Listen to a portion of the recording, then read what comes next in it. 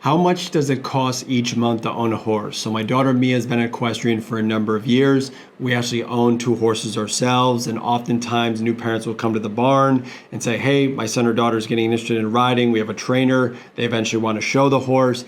If we were to lease or buy a horse, how much does that cost on a monthly basis, just so we have an idea? So today I'm going to be covering it from a buy side. So when you actually go to buy a horse, if you're really looking for a show ready horse, meaning you can buy it and it can immediately start walk, trot, canter, jumping, whatever you want to do with it, then you're probably looking at a range of somewhere between $10,000 and $40,000 depending on the caliber horse you're looking for. Now, horses obviously can be way more expensive than that.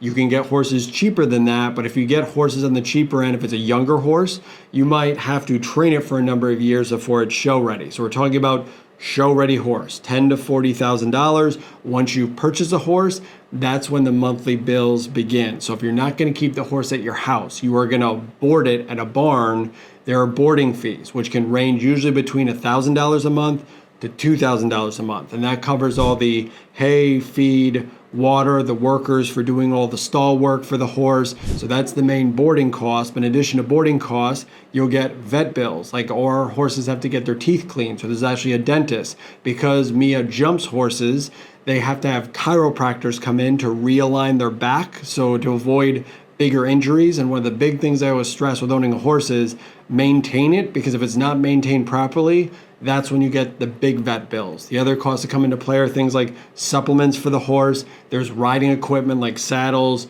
girths. There's riding pants and riding uniforms if they're going to be showing. So when all those costs come into play, usually when I average it out for the entire year, it can be somewhere between $2,500 per month and $4,000 per month if you're owning a horse and boarding it at a barn.